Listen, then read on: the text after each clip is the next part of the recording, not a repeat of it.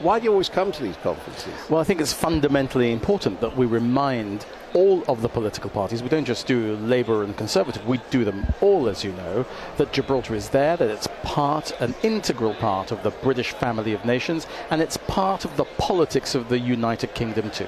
Is that because you feel a bit paranoid that you might be sold out by the political parties in order to get closer to Spain? You know the old saying that just because I'm paranoid doesn't mean they're not watching me. And as you know, Labour did exactly that in 2002 and 2003 with the attempt to do a joint sovereignty deal with the Aznar government in Spain.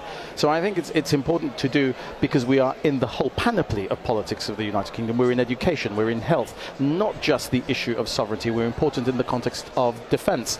But on the key issue, the Falklands are here too. None of the other overseas territories are here, so you might have touched a nerve.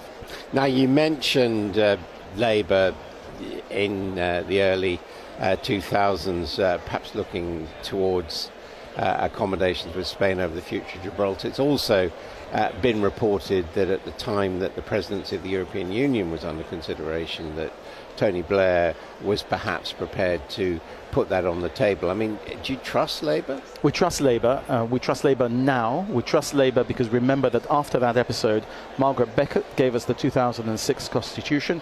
Jeff Hoon devised what we call the double lock on Gibraltar, which is not just that the sovereignty of Gibraltar will not be transferred against the wishes of the people of Gibraltar, but that no process of sovereignty discussions will be commenced without the consent of the people of Gibraltar. And David Lammy said last week, he went even further, he was very clear, there will be no negotiations about Gibraltar without the Chief Minister of Gibraltar present. But ask me about the Tories. In 1984, Margaret Thatcher, of all people, agreed to the Brussels Declaration, which is about how you hand over the sovereignty of Gibraltar to Spain, and found massive opposition to that in Gibraltar. And in 1987, Margaret Thatcher agreed an airport agreement which has never come into effect, which agreed to share Gibraltar's airport, which is on the isthmus, with Spain. So both parties have form in the past. I think both parties have demonstrated that they're pure on the issue of sovereignty now.